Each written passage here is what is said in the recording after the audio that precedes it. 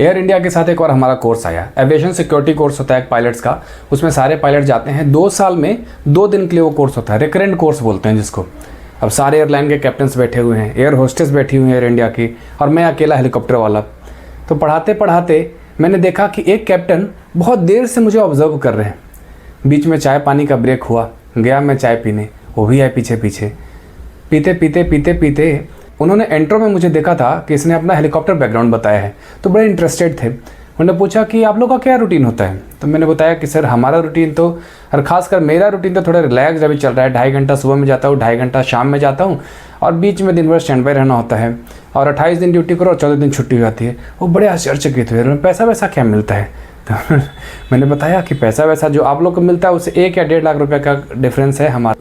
तो वो बड़े अचंभे से मुझे देख रहे थे। मैंने पूछा कि सर क्या हुआ, मतलब ऐसा क्यों आपको फील हो रहा है।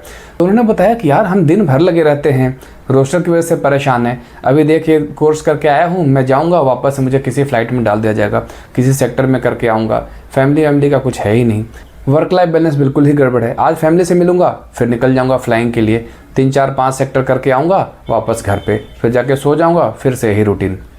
तो मैंने बड़े क्यूरियोसिटी से उनसे पूछा कि सर आपने कभी हेलीकॉप्टर ज्वाइन करने का नहीं सोचा, उसकी ट्रेनिंग लेने की नहीं सोची, आप लोग के दिमाग में क्या आया शुरू में जब। तो उन्होंने बोला यार देख आसपास लोगों को जो देखते हैं वही हम लोग भी फॉलो किया। अब एयरलाइन कैप्टन बनेंगे, इतना सारा पैसा है, लाइफ अच्छी थी, वीडियोज़ देखा, रील्स देखा, मोटिवेट हो गए, ज्वाइन किया। तो मैंने बोला कि हाँ बात तो वही है।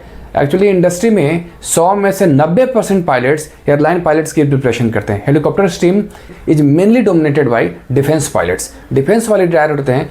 मैं अपने कंपनी का आपको बताऊंगा, कुछ कैप्टन्स के पास CPL भी है और CPL हेलीकॉप्टर्स भी है, बट उन्होंने CPL ज्वाइन नहीं किया, उन्होंने हेलीकॉप्टर्स ज्वाइन किया।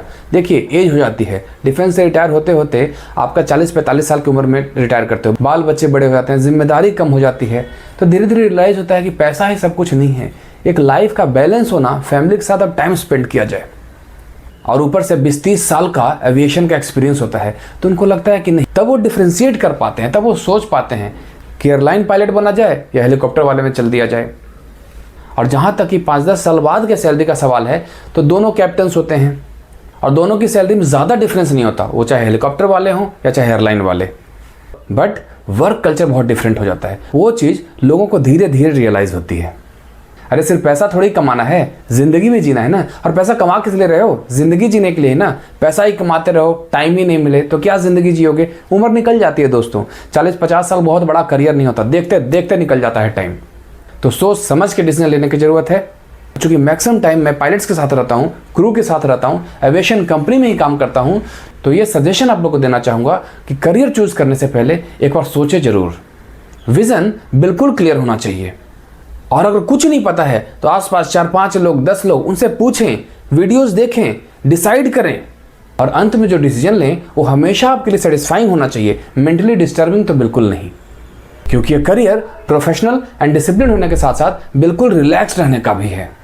जितना अच्छा आपका मेंटल स्टेट रहेगा उतना ही अच्छा आपका परफॉर्मेंस आपके कॉकपिट में होगा।